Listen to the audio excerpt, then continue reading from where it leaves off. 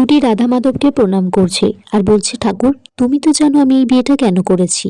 এদিকে ইন্দ্র অভিকে বোঝাচ্ছে যে প্রণামটা যদি তুই ছুটির সাথে করতিস তাহলে ভুল তো কিছু হতো না। অভি বলছে, দেখ এইরকম একটা মন্দির থেকেই পরী ছোটবেলায় আমার কাছ থেকে হারিয়ে গিয়েছিল। রাধা মাধব যদি সত্যিই চাইতেন তাহলে তো পরীকে আমার কাছে ফিরিয়ে দিতেন আজকে। ব্রাহ্মণ মশাই এদিকে ছুটিকে বলে যে অভির পায়ে হাত দিয়ে প্রণাম করতে, কারণ স্বামী পরমেশ্বর।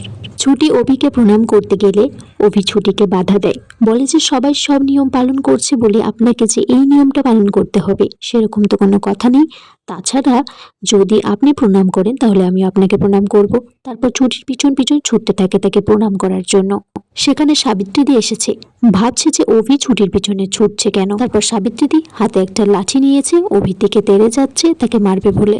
ছুটি তারপর অভিকে নিজের দিকে টেনে নিয়েছে, তারা একে অপরের দিকে চেয়েই আছে। সাবিত্রী তারপর অভিকে বলছে যে ছুটি আমাদের আশ্রয় বাড়ির প্রাণ, ওর সাথে কোনো রকম অন্যায় হলে কিন্তু বাপু আপনাদের ছাড়বো না। অভি বলছে ওর সাথে কোনো রকম অন্যায় করা হয়নি, ও আসলে অত্যন্ত একটা পাকা মেয়ে। সাবিত্রী বলছে ছুটির নামের একটাও কোনো উল্টোপাল্টা কথা শুনলে আমি কিন্তু তুলোধনা করে দেব।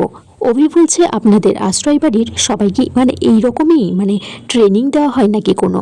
ছুটি তারপর সাবিত্রীকে বোঝায় যে ওই বাড়িতে গেলে তার কোনো অসুবিধা হবে না, আর যদি অসুবিধা হয়েও থাকে সে সাবিত্রীকে ফোন করে ডেকে নেবে। তাছাড়া বাবাকে তো বাঁচাতে হবে বলো। সাবিত্রীদি তারপর বলে যে ছুটির যেন ওই বাড়িতে কোনো রকম অসুবিধা না হয়। অভি বলছে অভিমন্যু শঙ্কর রায় যা কথা দেয় সে কথা রাখে।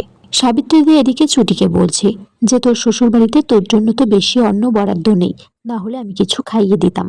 অভি এদিকে ভাবছে সত্যিই তো মেয়েটি কিছু খেয়েছে কিনা আমার তো জানা হয়নি। ছুটি এদিকে মনে মনে বলছে যে শ্বশুর বাড়িতে আমার জন্য কি না আছে কে জানে।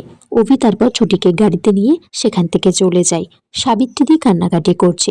ইন্দ্র বলছে যে দিদি আপনাকে দেখে না আমার খুব খারাপ লাগছে, আপনি ঠিক আছেন তো, আমারও খুব কান্না পাচ্ছে।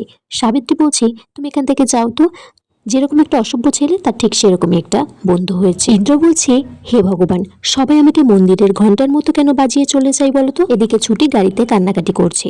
অভি তারপর একটা রুমাল বার করে দিয়েছে চোখ মোছার জন্য, বলছে এখনই এত না ভেঙে পড়তে, পরে না জানি কি অপেক্ষা করছে। ছুটি এই কথাগুলো শুনে একটু নার্ভাস আর ভয় পেয়ে যায়, বলছে যে ইন্দ্রবাবু এরকম কথা বললেন, আপনাদের বাড়িতে কি হয়েছে। অভি তখন দেখে যে তার ফোনে 12টা মিস কল রয়েছে, তার বাবা ফোন করেছে, বলছে আমাদেরকে এক্ষুনি বাড়িতে যেতে হবে। এদিকে ঝুমকি বাড়িতে বসে কান্নাকাটি করছে। হিরণময় বলছে যে কি এমন কাজ পড়ে গেল অভির যে জানালা দিয়ে তাকে পালাতে হলো। অভির ঠাম্মিও বলছে পুরোহিত মশাইকে যে কিছুক্ষণ পরে লগ্ন আছে কটার সময় সেটা দেখার জন্য। অভি এদিকে ছুটির মুখের দিকে তাকিয়ে বলছে যে আর ভাবছে যে তার হয়তো কোনো খিদে লেগেছে। রাস্তার পাশে একটা ধাবার কাছে গাড়িটাকে দাঁড় করাতে বলে। ছুটিকে বলে যে গাড়ি থেকে নামতে। ছুটি গাড়ি থেকে নামতে গেলে তার ওড়নাটা গাড়িতে আটকে যায়। অভি বলছে দেখেছেন তো, একখানা পাকামি আপনাকে না করলেই হয় না। অভি বলছে সামনে একটা কন্টিনেন্টাল ভালো দোকান আছে সেখানে খাবার জন্য, কিন্তু ছুটি বলছে যে তৃপ্তি করে না খেলে তার পেটটা ভরে না কিছুতেই। অভি ছুটিকে বলছে যে আপনি একটু চুপ করুন তো। তখন পাশ দিয়ে একজন মহিলা একটি লোক যাচ্ছে। অভিকে বলছে আপনার বউ চুপ করবে না, আপনাকে চুপ করাবে, নতুন বিয়ে বলে মনে হচ্ছে, বউয়ের কথায় ওঠা আর বসা করবে, তাহলেই দেখবে সংসারটা সুখের হয়েছে। ছুটি তারপর বলছে সে রাস্তার পাশে যে কোনো একটা পাইস হোটেল থেকে খেতে চাইছে। অভি বলছে আপনার জন্য এখন তাহলে আমাকে পাইস হোটেল খুঁজতে হবে। আর এখানে আজকের পর্ব শেষ হয়ে যায় বন্ধুরা।